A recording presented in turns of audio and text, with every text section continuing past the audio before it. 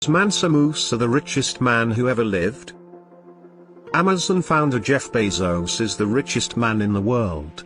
With an estimated fortune of US $188.7 billion, he is the wealthiest man in modern history. But he is by no means the richest man of all time. That title is believed to belong to Mansa Musa, the 14th century West African ruler who was so rich his generous handouts wrecked an entire country's economy. Mansa Musa was richer than anyone could describe, Jacob Davidson wrote about the African king for Money.com in 2015.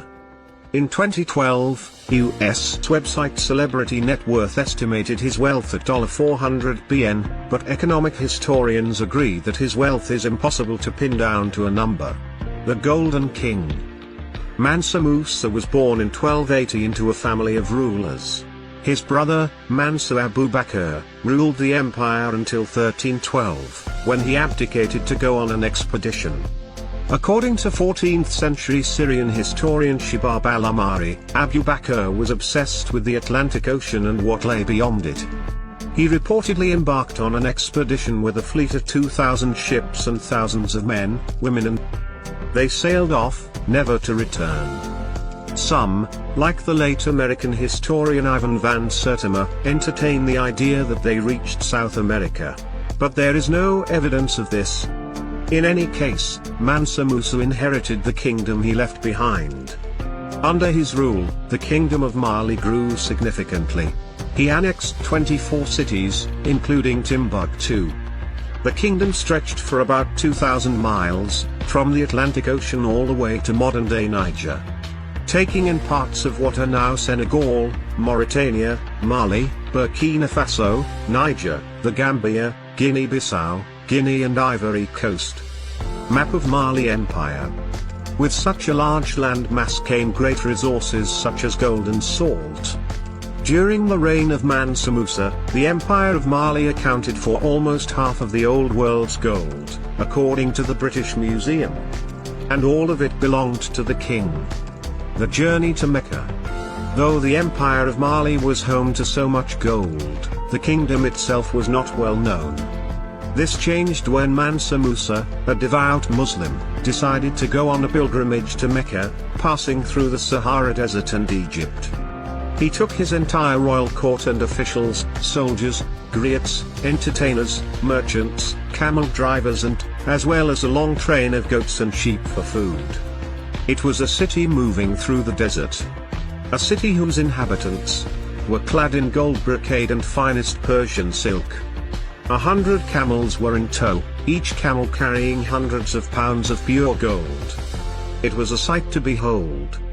And the sight got even more opulent once the caravan reached Cairo, where they could really show off their wealth. The Cairo Gold Crash. Mansa Musa left such a memorable impression on Cairo that al-Amari, who visited the city 12 years after the Malian king, recounted how highly the people of Cairo were speaking of him. So lavishly did he hand out gold in Cairo that his 3-month stay caused the price of gold to plummet in the region for 10 years, wrecking the economy.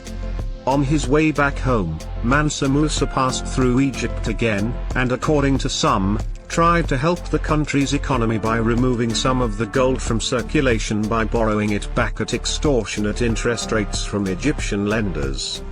Others say he spent so much that he ran out of gold. Education at heart.